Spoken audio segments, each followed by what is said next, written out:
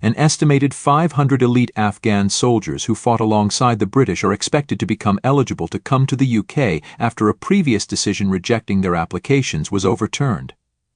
Fresh information has been discovered in about a quarter of the 2,000 rejected cases, proving that the at-risk veterans were paid and employed by the UK government in Afghanistan, despite previous claims that no such evidence existed.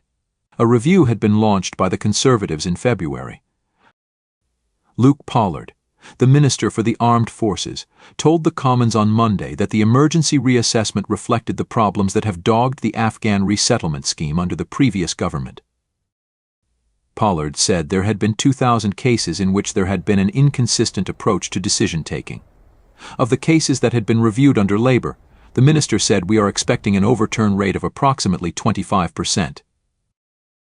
Some of the Afghans have been in hiding from the Taliban, who have been in charge of Afghanistan since the Western withdrawal in summer 2021, while a couple of hundred fled to Pakistan, where they are at risk of deportation. 6 are said to have been murdered for having collaborated with the British. They include members of the elite Afghan 333 and 444 units, known as the Triples, who fought alongside and worked closely with British forces, including the SAS, during more than a decade of UK military involvement in Afghanistan. The SAS also had a veto on whether Afghan veterans could come to the UK, but defence sources indicated this was not the reason for the cases being overturned. Rather, it was the belated discovery of fresh financial records. Pollard said officials have now confirmed that there is evidence of payments from the UK government to members of Afghan specialist units, including CF 333 and ATF 444, and that for some individuals this demonstrates a direct employment relationship. There had been concern over a conflict of interest, because a public inquiry is examining allegations that the SAS carried out 80 unlawful, summary killings in Helmand province between 2010 and 2013.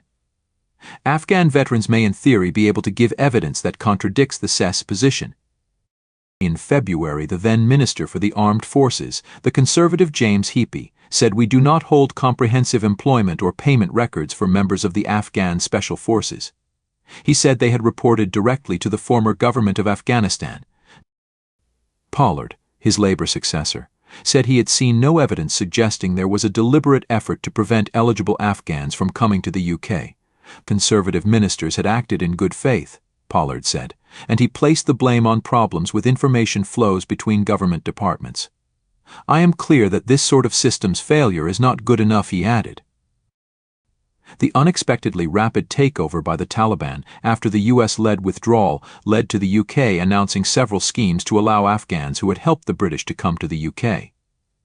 Since the withdrawal, 12,874 Afghans have been granted indefinite leave to remain in the UK, including about 400 members of the Triples. In opposition, Labour had campaigned for the Conservative government to reassess cases involving the Afghan veterans. Pollard told MPs that it should not have taken this long to start overruling decisions, and that the review announced in February should have been completed before the July general election. Thanks for watching our video. Please hit the bell icon and subscribe the channel. Thank you.